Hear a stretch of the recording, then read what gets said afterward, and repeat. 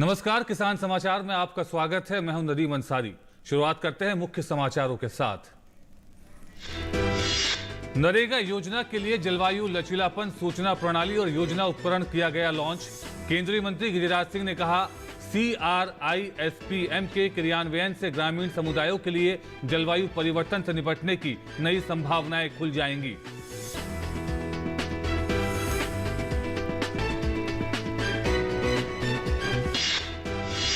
ट्राइफेड 177 संभावित जनजातीय उत्पादों के लिए GI टैग प्राप्त करने की दिशा में कर रहा है काम। भारतीय उच्चायोग में वैश्विक पहल के एक हिस्से के रूप में आत्मनिर्भर भारत कॉर्नर किया जा रहा है स्थापित।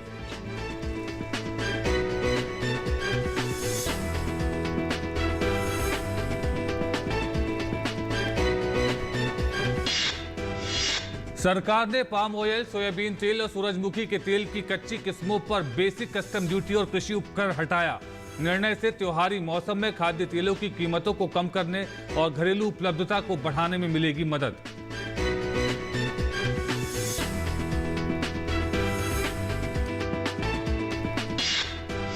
और मौसम विभाग ने कहा, केरल में 2 दिन तक मूसलाधार वर्षा रहेगी जारी। पलक्कड़, मल्लपुरम, कोझिकोड, वायनाड, कन्नूर और कासरगोड जिलों में शुक्रवार तक ऑरेंज अलर्ट किया गया घोषित।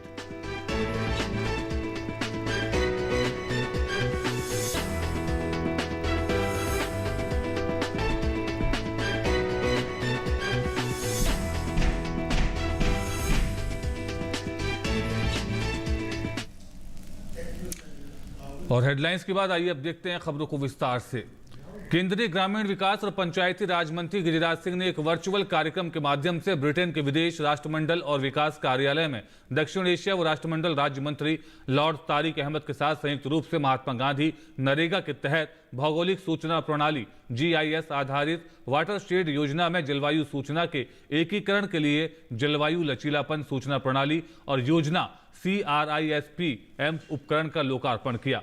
इस लोकार्पण समारोह में अपने संबोधन में लॉर्ड तारिक ने कहा, पूरे भारत में इस योजना के लागू होने से इसका सकारात्मक और जीवन बदलने वाला प्रभाव पड़ रहा है। ये गरीब और कमजोर लोगों को जलवायु परिवर्तन से निपटने और उन्हें मौसम संबंधी आपदाओं से बचाने में सहायता कर रही है। आज हम जिस प्रभावशाली नए उपकरण CRISPM का उत्सव मना रहे हैं, इस महान कार्य का नवीनतम उदाहरण है।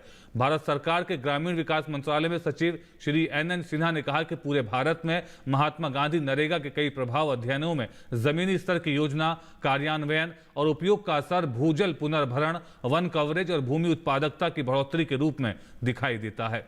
इस अवसर पर एक पैनल चर्चा भी हुई, जिसमें पोर्टल और इसकी प्रासंगिकता पर विस्तार से चर्चा की गई। ट्राइफेड GI टैग प्राप्त करने की दिशा में कर रहा है काम। ट्राइफेड 177 संभावित जनजातीय उत्पादों के लिए GI टैग प्राप्त करने की दिशा में कार्य कर रहा है। ट्राइफेड GI टैग प्राप्त करने की दिशा में कर रहा है काम। भारतीय उच्चायोग में वैश्विक पहल के एक हिस्से के रूप में आत्मनिर्भर भारत कॉर्नर स्थापित किया जा रहा है। 300 से अधिक पंजीकृत भारतीय GI में जनजातीय मूल भागीदारी को देखते हुए ट्राइफेड 56 GI टैग किए गए उत्पादों का विपणन करता है। 21 संभावित उत्पादों का GI पंजीकरण पहले ही शुरू किया जा चुका है। इससे ट्राइफेड द्वारा विपणन किए जाने वाले GI उत्पादों की संख्या बढ़कर 77 हो जाएगी। ट्राइफेड का उद्देश्य विदेश मंत्रालय के सहयोग से समृद्ध जनजातीय संस्कृति और विरासत को भारतीय वाणिज्य दूतावासों के माध्यम से वैश्विक मंचों पर बढ़ावा देना है।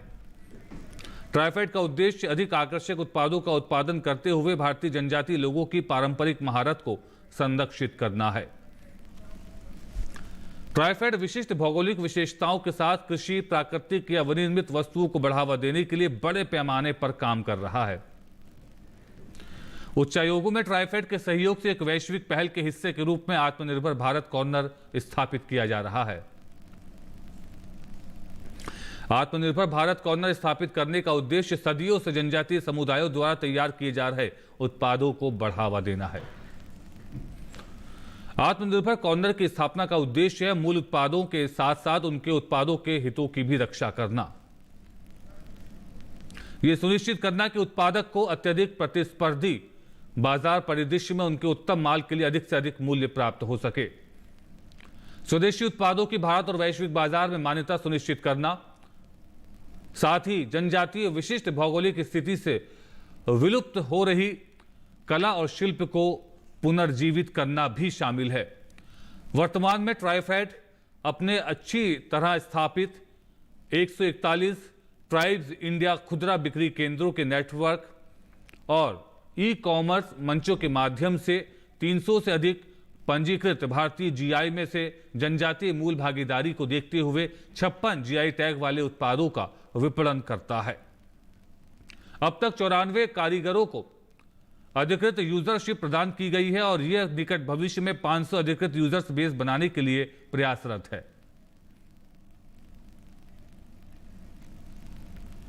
सरकार ने पाम ऑयल, सोयाबीन तेल और सूरजमुखी के तेल की कच्ची किस्मों पर मार्च 2022 तक के लिए बेसिक कस्टम ड्यूटी और कृषि उपकर हटा लिया है। ये एक ऐसा कदम है जो त्योहारी मौसम में खाद्य तेलों की कीमतों को कम करने और घरेलू उपलब्धता को बढ़ाने में मदद करेगा। केंद्रीय अप्रत्यक्ष कर और सीमा शुल्क बोर्ड ने एक अधिसूचना में कहा कि शुल्क में कटौती 14 अक्टूबर से प्रभावी होगी और 31 मार्च 2022 तक लागू रहेगी। कच्चे पाम तेल पर अब 7.5% का कृषि अवसंरचना विकास उपकर लगेगा, जबकि कच्चे सोयाबीन तेल और कच्चे सूरजमुखी तेल के लिए दर 5% होगी।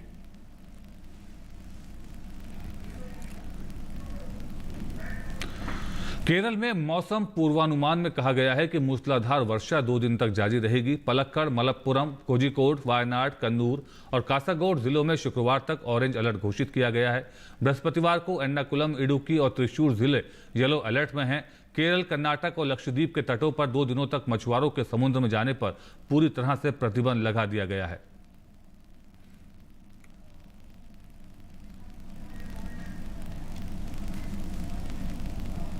उधर कर्नाटक, बेंगलुरु, उत्तर पश्चिम मानसून के अब देश के अधिकांश हिस्सों से जाने के दौरान भी कई जगह भारी बारिश देखने को मिल रही है।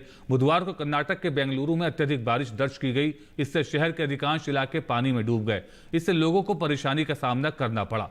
मौसम विभाग ने अलर्ट जारी किया था कि भारतीय दक्षिण प्रायद्वीप के अधिकांश हिस्सों में 4 से 5 दिनों तक भारी बारिश होगी। इनमें कर्नाटक, तमिलनाडु, केरल के अधिकांश हिस्से शामिल हैं।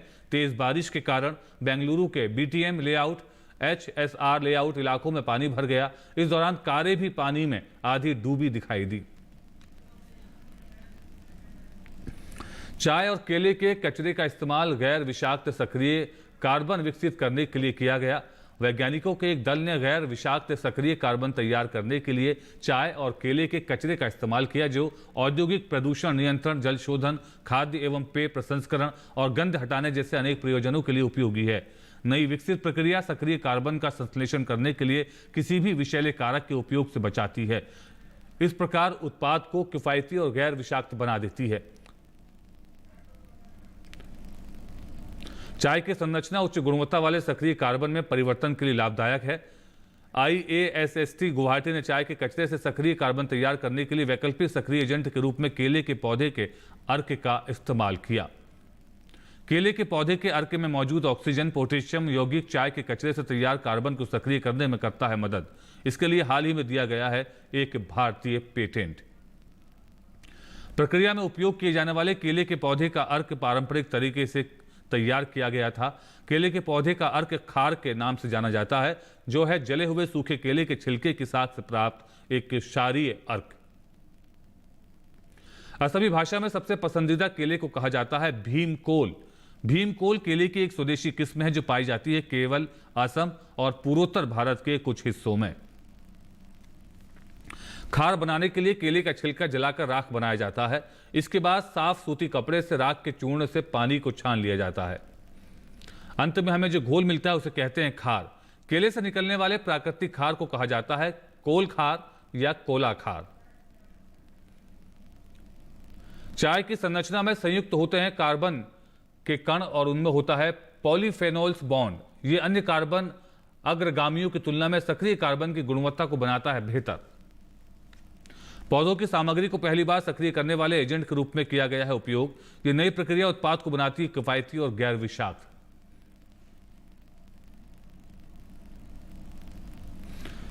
बुधवार को सूचना प्रसारण मंत्री अनुराग सिंह ठाकुर ने लखनऊ के खादी भवन पहुंचकर कर्मचारियों को चौंका दिया। उन्होंने खादी की खरीदारी की और वोकल फॉर लोकल को बढ़ावा देने की अपील की। यह है यूपी की राजधानी लखनऊ में स्थित खादी भवन। वैसे तो यहाँ ग्राहकों का आना और खरीदारी करना आम बात है, लेकिन बुधवार का दिन यहाँ के कर्मचारियों के लिए बेहद खास रहा। बुधवार दोपहर खादी भवन के कर्मचारी उस समय हैरान रह गए जब उनके सामने ग्राहक के रूप में पहुंचे केंद्रीय सूचना प्रसारण मंत्री अनुराग ठाकुर ने खादी भवन में हथकरघा से बने वस्त्रों को देखा तो साथ ही खरीदारी करना नहीं भूले। अगर हर हिंदुस्तान का भाई बहन इसमें हमारा प्रयास करेगा और साथ में सहयोग करेगा कि स्थानीय प्रोडक्ट्स को ही खरीदना है जो भारत के बने हुए हैं, तो भारत के लोगों को ही नौकरी मिलेगी, भारत के लोगों की ही आय बनेगी, भारत की अर्थव्यवस्था को ही बढ़ोतरी मिलेगी और भारत दुनिया की अर्थव्यवस्थाओं में और आगे बढ़ेगा। तो आत्मनिर्भर भारत बनाने के लिए वोकल फॉर लोकल और लोकल से ग्लोबल करने की आवश्यकता है। खादी भवन में आना हो और स्वदेशी की बात ना हो, ये तो हो ही नहीं सकता। अनुराग ठाकुर ने कहा, मौका त्योहारों का है तो लोगों को स्वदेशी का ही इस्तेमाल करना चाहिए, क्योंकि इससे गरीब की रोजी रोटी में मदद मिलती है। उन्होंने यूपी सरकार के वन डिस्ट्रिक्ट वन प्रोडक्ट की भी सराहना की और कहा कि इससे हर जनपद को अपनी पहचान मिल रही है। बाद में सूचना प्रसारण मंत्री लखनऊ दूरदर्शन केंद्र भी गए और वहां उन्होंने स्वच्छता अभियान में भी हिस्सा लिया। कोरोना संकट के बीच प्रधानमंत्री गरीब कल्याण अन्न योजना ने गरीब परिवारों को बड़ी राहत दी है। इस योजना के जरिए देश की करीब 80 करोड़ आबादी को निःशुल्क राशन मिल रहा है। गरीब परिवारों को निःशुल्क राशन मुहैया कराने वाली ये दुनिया की सबसे बड़ी योजना है, जो समाज के अंतिम पंक्ति में खड़े आम आदमी तक निःशुल्क राशन पहुंचा रही है। देखिए यूपी के चित्रकूट से ये ग्राउंड रिपोर्ट।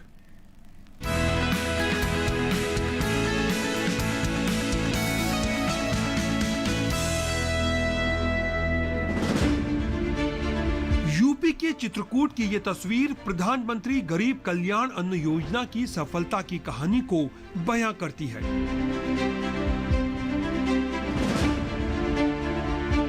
आजादी के बाद से ही करीब करीब हर सरकार ने गरीबों को सस्ता भोजन देने की बात कही थी। सस्ते राशन की योजनाओं का दायरा और बजट साल दर साल बढ़ता गया, लेकिन उसका जो प्रभाव होना चाहिए था वो बेहद सीमित था। गरीबों को सस्ता राशन महज कागजी बात बनकर रह गई थी। जो राशन मिलता भी था उसकी क्वालिटी खराब होने की वजह से गरीबों को खासी परेशानी का सामना करना पड़ता था। प्रधानमंत्री नरेंद्र मोदी की पहल के बाद लॉन्च हुई गरीब कल्याण अन्न योजना ने इस तस्वीर को बदलने का काम किया है। हमारा राशन 3 यूनिट का है, हमें 15 किलो गल्ला फ्री में मिलता है और ये कोरोना की वजह से हमारा काम बंद हो गया था, तो इसमें से हमको बड़ी राहत मिली है और हमको बहुत वो मिला है।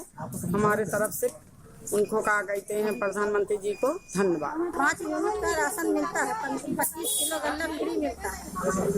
इस कोरोना की महामारी से घर में खर्च वगैरह न होने से मेरा इसमें से बच्चों को पालने में मदद हुई, इसलिए प्रधानमंत्री को धन्यवाद। प्रधानमंत्री गरीब कल्याण अन्न योजना ने तस्वीर को बदल कर रख दिया है। इस योजना ने कोरोना काल में गरीब मजदूरों, किसानों, महिलाओं और समाज के निचले तबके से आने वाले हर आम आदमी तक निःशुल्क राशन पहुंचाया। प्रधानमंत्री गरीब कल्याण अन्न योजना देश की 80 करोड़ से अधिक आबादी को कोरोना काल में निःशुल्क राशन मुहैया करा रही है। इस तरह समाज की अंतिम पंक्ति में खड़े आखिरी आदमी तक इस योजना का लाभ पहुंच रहा है। कोरोना की वजह से हम लोग का काम काफी वो हो गया था। राशन मिलने से हम लोग 20 किलो यूनिट वो मिलता है गल्ला, इससे हमें काफी मदद मिला है। काम प्रभावित हो गया था तो हमें जो है फ्री गल्ले से काफी मदद मिली है, काफी सहूलियत रही है। आजादी के बाद निःशुल्क राशन की सबसे बड़ी योजना है प्रधानमंत्री गरीब कल्याण अन्न योजना। इस योजना का उद्देश्य है कि देश में कोई भी गरीब भूखा न सोए। हर परिवार के पास पर्याप्त अनाज हो ताकि कोई भी कुपोषण का शिकार न हो। यूपी के चित्रकूट की ये तस्वीरें बयां करती हैं कि समाज के अंतिम पायदान पर खड़े हर आम आदमी को इस योजना का लाभ मिल रहा है। डीडी न्यूज के लिए चित्रकूट से अश्विनी चौरसिया के साथ योगेश कुमार की रिपोर्ट।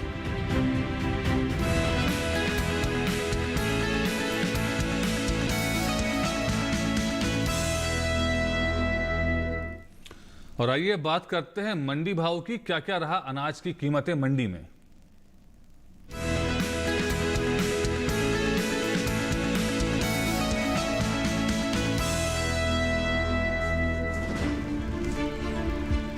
प्रधानमंत्री नरेंद्र मोदी की पहल पर केंद्र सरकार ने छोटे कारोबारियों की सहायता के लिए प्रधानमंत्री मुद्रा योजना शुरू की ताकि देश के छोटे कारोबारियों को अपने व्यवसाय में पूंजी की कमी का सामना न करना पड़े। इस योजना की मदद से छोटे कारोबारियों को साहूकारों के जाल से मुक्ति मिली। साथ ही पीएम मुद्रा योजना ने छोटे कारोबारियों को अपना व्यवसाय शुरू करने और इसे बढ़ाने में भी काफी मदद की। प्रधानमंत्री द्वारा जो बैंक है हमके इस द्वारा बहुत सुविधा हो गया, मिल गया। जो पैसा हमको मिला अपने हम व्यापार में लगाए, जो अमोस समोस से हमको छुटकारा मिल गया, और नहीं तो मैं बहुत परेशान रहती थी। मुद्रा लोन किराने की दुकान लिए हैं और बड़ी अच्छी योजना है, सबको लेनी चाहिए। कोई ब्याज कम है नहीं है और न कोई दौड़ धूप करना पड़ा, बड़े आराम से मिल गया, कोई लेना देना पड़ा किसी को। मुद्रा योजना के दो मुख्य मकसद हैं। पहला स्वरोजगार के लिए आसानी से ऋण देना और दूसरा छोटे उद्यमों के जरिए रोजगार का सृजन करना। मुद्रा योजना के तहत 3 तरह के ऋण दिए जाते हैं। इनमें शिशु लोन, किशोर लोन और तरुण लोन शामिल हैं। शिशु मुद्रा लोन के तहत 50,000 रुपए तक के कर्ज दिए जाते हैं। वहीं किशोर मुद्रा लोन के तहत 50,000 से 5 लाख रुपए तक का कर्ज दिया जाता है। तरुण मुद्रा लोन के तहत 5 लाख से 10 लाख रुपए तक का कर्ज लिया जा सकता है। ना साहूकार के चक्कर में फंसना पड़ा, ना किसी के। हमको बैंक के द्वारा बड़े आराम से, ना कोई ज़्यादा झंझट ना कुछ, बड़े आराम से हमने ले लिए। सभी को इसको लेना चाहिए, इसका उचित लाभ उठाएं। मुद्रा योजना ने छोटे दुकानदारों को व्यापार में पूंजी की कमी की समस्या से मुक्ति दिलाई है। कोरोना काल में जब छोटे व्यापारियों के सामने रोजगार का संकट खड़ा हुआ तो प्रधानमंत्री मुद्रा योजना ने इन्हें सहारा दिया। प्रयागराज से उमाशंकर गुप्ता की रिपोर्ट।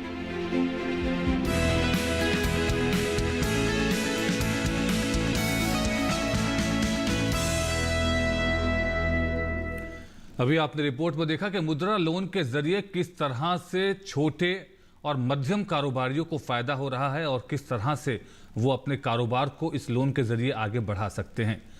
और आइए बात करते हैं मंडी भाव की। क्या रही अनाज की कीमतें अलग अलग मंडियों में।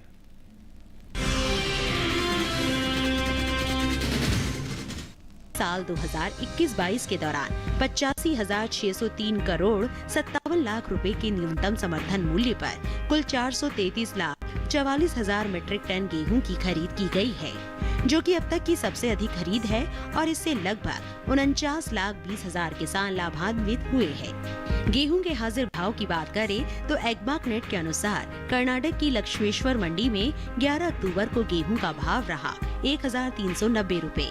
13 अक्टूबर को इसके भाव में 27 रुपए की तेजी आई और भाव 1,417 रुपए पर जा पहुंचा। महाराष्ट्र की उल्हासनगर मंडी में बीते 2 दिनों के दौरान गेहूं के भाव स्थिर रहे। यहां 12 और 13 अक्टूबर को गेहूं बिना किसी उतार चढ़ाव के 2,800 रुपए पर बिकी। उत्तर प्रदेश की गाजीपुर मंडी में धारा गेहूं के भाव में कोई फेरबदल नहीं हुआ और यहां 12 अक्टूबर को धारा गेहूं का भाव था 1,770 रुपए। 13 अक्टूबर को इसके भाव में बदलाव नहीं आया और भाव 1,770 रुपए पर बरकरार रहा। राज्य की ही झांसी मंडी में धारा गेहूं के सौदों में 5 रुपए की बढ़त के साथ कारोबार हुआ। यहाँ 13 अक्टूबर को धारा गेहूं का भाव रहा 1,865 रुपए, जो 11 अक्टूबर को 1,860 रुपए था। जबकि करवी मंडी में 12 अक्टूबर को धारा गेहूं का भाव था 1840 रुपए। 13 अक्टूबर को इसके सौदों में 5 रुपए की नरमी आई और भाव 1835 रुपए पर आ गया। बता दें कि कृषि मंत्रालय ने 2021-22 के दौरान मुख्य खरीफ फसलों के पहले अग्रिम अनुमान को जारी किया है। घरेलू स्तर पर खाद्यान्न की पैदावार साल 2021-22 के दौरान रिकॉर्ड स्तर पर जा सकती है, जिसका असर कृषि उपज मंडियों में गेहूं के भाव पर देखने को मिल सकता है। कृषि मंत्रालय की ओर से जारी पहले अग्रिम अनुमान के अनुसार साल 2021-22 के दौरान देश में कुल खाद्यान्न की रिकॉर्ड पैदावार 150.50 मिलियन टन होने का अनुमान है, जो बीते 5 सालों यानी 2015-16 से 2019-20 के औसत खाद्यान्न उत्पादन की तुलना में 12.71 मिलियन टन अधिक है।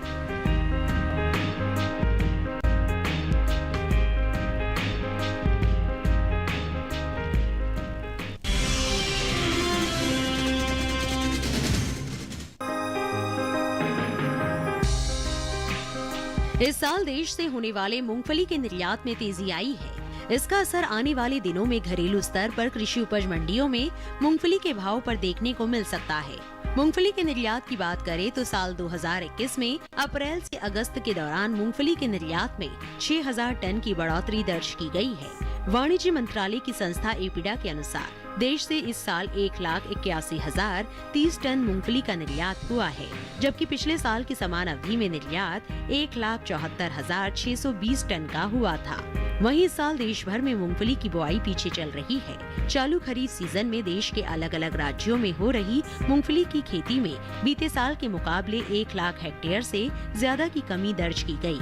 कृषि मंत्रालय की ओर से साल 2021 के 17 सितंबर तक के लिए जारी ताज़ा आंकड़ों के अनुसार मूंगफली की बुआई 49,14,000 हेक्टेयर में हो चुकी है, जबकि बीते साल की समान अवधि के दौरान बुआई का रकबा 50,98,000 हेक्टेयर रहा था। वहीं बात तिलहनी फसलों की खेती की करें तो इस साल देश में चालू खरीफ सीजन के दौरान तिलहनी फसलों में शामिल मूंगफली, सोयाबीन, तिल, अरंडी और सूरजमुखी की बुआई चल रही है। कुल तिलहनी फसलों का रकबा बीते साल से 2 लाख हेक्टेयर पीछे चल रहा है। कृषि मंत्रालय की ओर से साल 2021 के 17 सितंबर तक के लिए जारी ताज़ा आंकड़ों के अनुसार खरीफ सीजन में देश भर के तिलहन किसानों ने 1,93,95,000 हेक्टेयर में तिलहनी फसलों की खेती कर ली है, जबकि बीते साल समान अवधि के दौरान बुआई का रकबा 1,96,45,000 हेक्टेयर रहा था। एग्मार्क नेट के अनुसार कृषि उपज मंडियों में बुधवार को मूंगफली के भाव इस प्रकार रहे। गुजरात की राजकोट मंडी में 12 अक्टूबर को मूंगफली का भाव रहा 4,800 रुपए। 13 अक्टूबर को इसके भाव में 50 रुपए की नरमी आई और भाव 4,750 रुपए पर आ गया। इसी तरह राज्य की धोराजी मंडी में मूंगफली के सौदों में 275 रुपए की गिरावट के साथ कारोबार हुआ। यहाँ 13 अक्टूबर को मूंगफली का भाव रहा 5,055 रुपए, जो 12 अक्टूबर को 5,330 रुपए था। मूंगफली के भाव में सुस्ती का सिलसिला राजस्थान की लालसोट मंडी में बना रहा। यहाँ 12 अक्टूबर को मूंगफली का भाव रहा 5,470 रुपए। 13 अक्टूबर को इसके सौदे 120 रुपए टूटकर 5,350 रुपए पर हुए। उत्तर प्रदेश की ललितपुर मंडी में 12 अक्टूबर को मूंगफली का भाव था 5,650 रुपए। 13 अक्टूबर को इसका भाव 50 रुपए लुढ़क कर 5,600 रुपए पर आ गया, जबकि माधोगंज मंडी में बीते 2 दिनों के दौरान मूंगफली के भाव स्थिर रहे।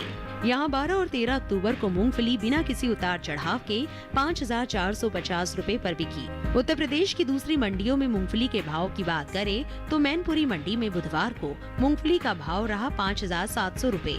सहारनपुर मंडी में भाव रहा 5,570 रुपए, जबकि झांसी मंडी में मूंगफली के सौदे 5,545 रुपए पर हुए।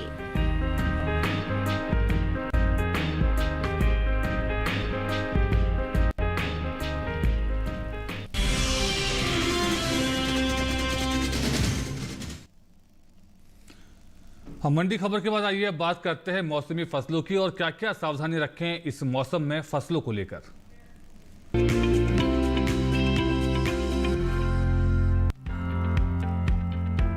असम में फूल गोभी और पत्ता गोभी की रुपाई करें, साथ ही बैंगन की रुपाई भी कर सकते हैं। किसान आलू की खेती के लिए खेत तैयार कर ले। यहाँ मक्के की बुआई करें। मक्के के खेत में पर्याप्त नमी बनाए रखें। इसके अलावा सरसों की बुआई के लिए समय उचित है। अभी धान के खेत में जरूरी उर्वरक का इस्तेमाल करते रहें। धान के खेत में 7 सेंटीमीटर का जल स्तर बनाए रखें। असम में नारियल के खेत में जरूरी उर्वरक डालें। वहाँ बीन्स की खेती के लिए खेत तैयार करें। इसके साथ ही कद्दू की बुआई कर लें। यहीं के किसान लोबिया और मटर की बुआई कर सकते हैं। इसी तरह तिल की बुआई भी करें। मेघालय में ब्रोकली और फूल गोभी की बुआई के लिए नर्सरी तैयार करें। इसी तरह पत्ता गोभी की बुआई के लिए नर्सरी तैयार कर सकते हैं। यहाँ लोबिया के खेत में निराई करते रहें। अभी बीन्स के खेत में भी निराई कर लें। किसान हल्दी और अदरक के खेत में निराई करें। इस समय हल्दी और अदरक में कीट लगने की आशंका बनी हुई है। ऐसे में हल्दी और अदरक में कीटों से बचाव के लिए कृषि विशेषज्ञों की सलाह से कीटनाशक का छिड़काव करें।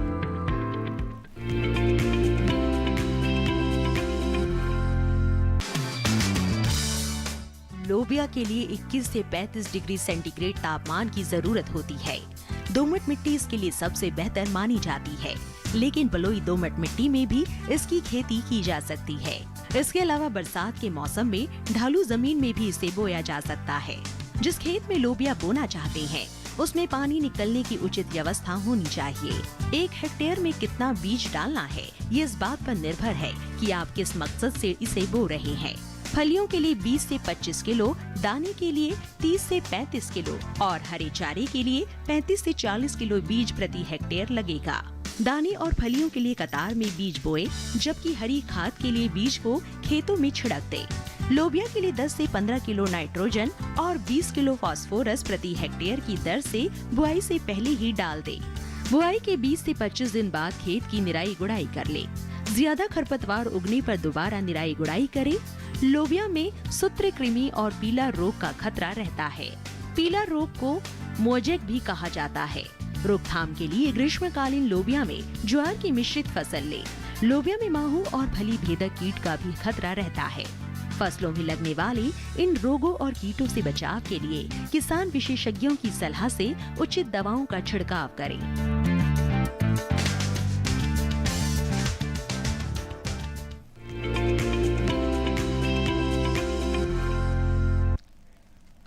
और इसी के साथ किसान समाचार में आज फिलहाल इतना ही। हमारी पूरी टीम को दीजिए अनुमति। नमस्कार।